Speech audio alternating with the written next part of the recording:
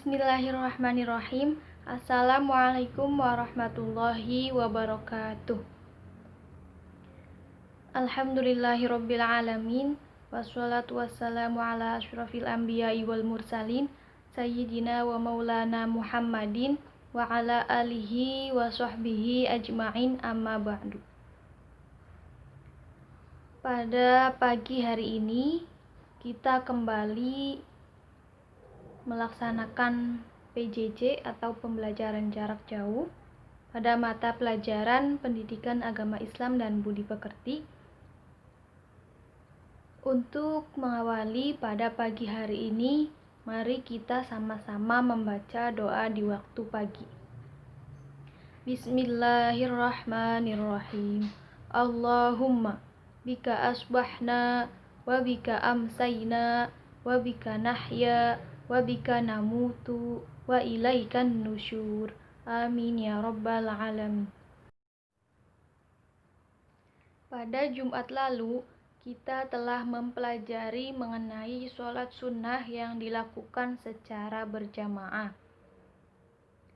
Pada Jumat sekarang ini, kita akan mempelajari mengenai sholat sunnah munfarid.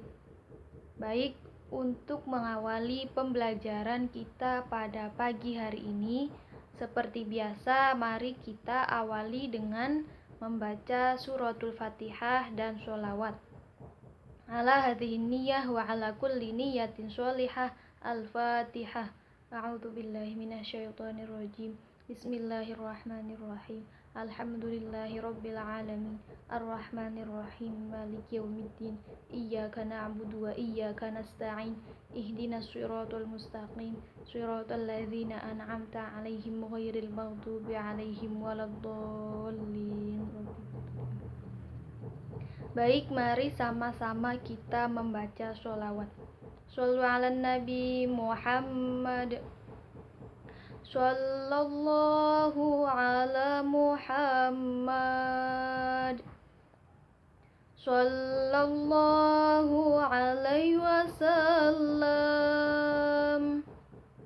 Sallallahu ala Muhammad. Sallallahu alaihi wasallam. Ya Nabi, salam alaika.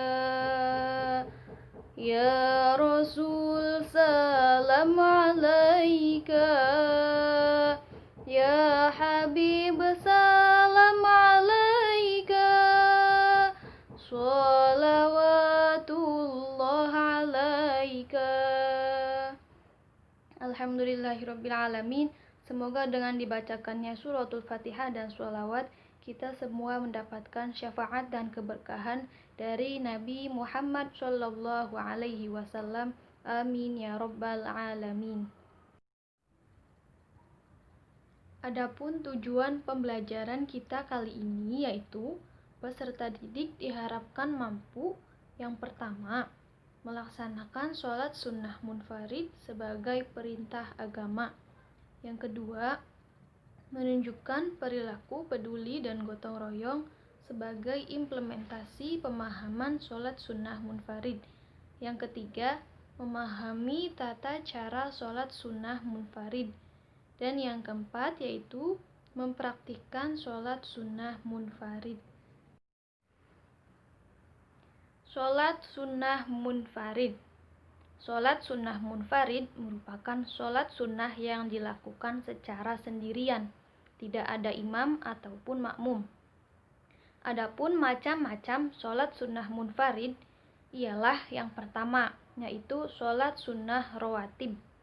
Yang kedua, sholat sunnah tahiyatul masjid.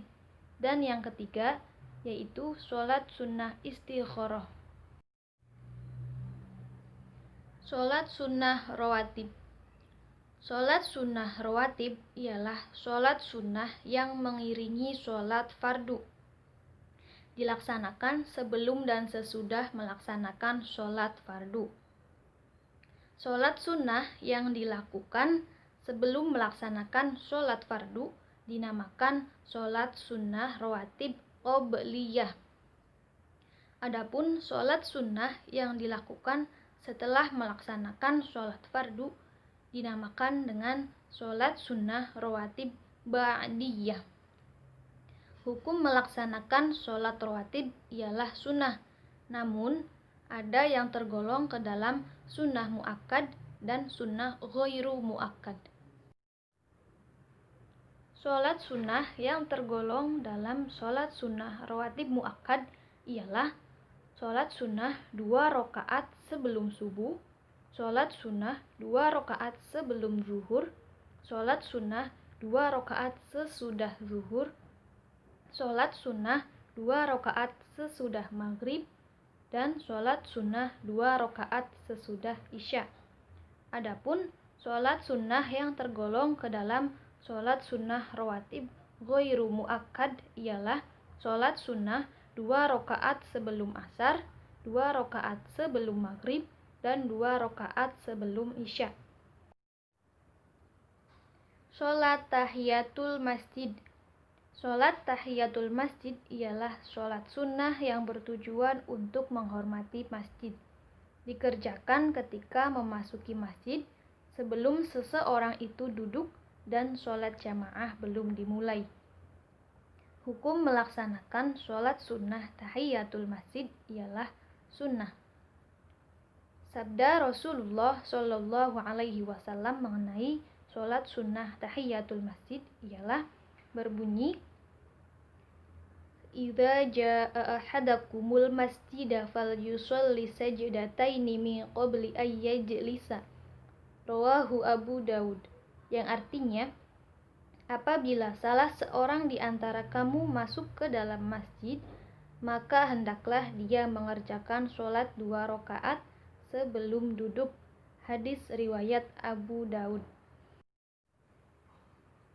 Sholat sunnah istikharah. Sholat sunnah istikharah bermakna meminta kebaikan atau petunjuk dari Allah Subhanahu wa Ta'ala tentang suatu hal yang mengandung keraguan. Apabila setelah melakukan sholat istikharah belum juga menemukan pilihan, maka dianjurkan untuk melakukannya terus-menerus pada malam-malam berikutnya sampai menemukan keyakinan.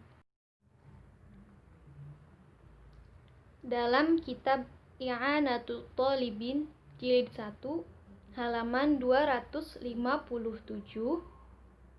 dinyatakan, yang artinya barang siapa yang mempunyai cita-cita akan sesuatu dan ia bimbang tentang akhir akibatnya dan tidak mengetahui bagaimana gambaran yang apabila ditinggalkannya maksud itu, maka dinyatakan bahwa Nabi Muhammad SAW telah memerintahkannya agar sholat 2 rakaat yang niatnya ialah usolli sunnatal istikharah raka'ataini lillahi ta'ala, dan membaca pada rakaat pertama sesudah surat Al-Fatihah ialah membaca surat Al-Kafirun, dan pada rakaat kedua setelah membaca surat Al-Fatihah ialah membaca surat Al-Ikhlas, dan setelah selesai sholat membaca doa. Hadis riwayat Jabir bin Abdullah. Adapun doa setelah melaksanakan sholat istikharah ialah Bismillahirrahmanirrahim, Alhamdulillahirabbil alamin, wassalatu wassalamu ala asyrafil mursalin Sayyidina Muhammadin wa ala alihi wa sahbihi ajma'in. Allahumma inni astakhiruka bi'ilmika wa astaqdiruka biqudratika wa as'aluka min fadlikal azim, fa innaka taqdiru wa la aqdir, wa ta'lamu wa la a'lam, wa anta 'allamul ghuyub. Allahumma in kunta ta'lamu anna hadzal amra khairul li fi dini wa ma'ashi wa 'aqibatu amri faqdirhu li wa yassirhu li, thumma barik li fihi, wa in kunta ta'lamu anna hadza syarrul li fi dini wa ma'ashi wa 'aqibatu amri fasrifhu 'anni fasrifni anhu waqdir liyal khaira haitsu kana tsumma rdini bihi. Yang artinya, ya Allah, hamba memohon agar Allah memilihkan mana yang baik menurut Engkau ya Allah, dan hamba memohon Allah memberikan kepastian dengan ketentuan-Mu, dan hamba memohon dengan kemurahan Allah yang besar agung, karena sungguhnya Allah yang berkuasa. Sedang hamba tidak tahu dan Allah lah yang amat mengetahui segala sesuatu yang masih tersembunyi. Ya Allah, jika Allah mengetahui bahwa persoalan ini baik bagi hamba dalam agama hamba dan dalam penghidupan hamba, dan baik pula akibatnya bagi hamba, maka berikanlah perkara ini kepada hamba dan mudahkanlah ia bagi hamba. Kemudian berilah keberkahan bagi hamba di dalamnya.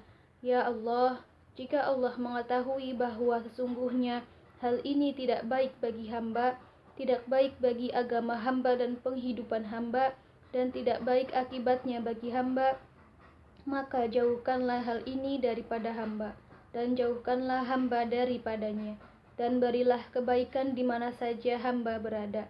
Kemudian jadikanlah hamba orang yang rela atas anugerah-Mu. Amin ya rabbal alamin. Jadi kesimpulannya ialah sholat sunnah munfarid ialah sholat sunnah yang dilakukan secara sendirian. Adapun macam-macam sholat sunnah munfarid ialah yang pertama yaitu sholat sunnah rawatib, yang kedua yaitu sholat sunnah tahiyatul masjid, dan yang ketiga yaitu sholat sunnah istikharah. Sholat sunnah rawatib ialah sholat sunnah yang mengiringi sholat fardu. Sholat sunnah yang dilakukan sebelum melaksanakan sholat fardu dinamakan dengan sholat sunnah rawatib qobliyah. Sedangkan sholat sunnah yang dilakukan setelah melaksanakan sholat fardu dinamakan dengan sholat sunnah rawatib ba'diyah. Adapun sholat sunnah tahiyatul masjid ialah sholat sunnah yang bertujuan untuk menghormati masjid, dikerjakan ketika memasuki masjid sebelum seseorang itu duduk dan sholat jamaah belum dimulai.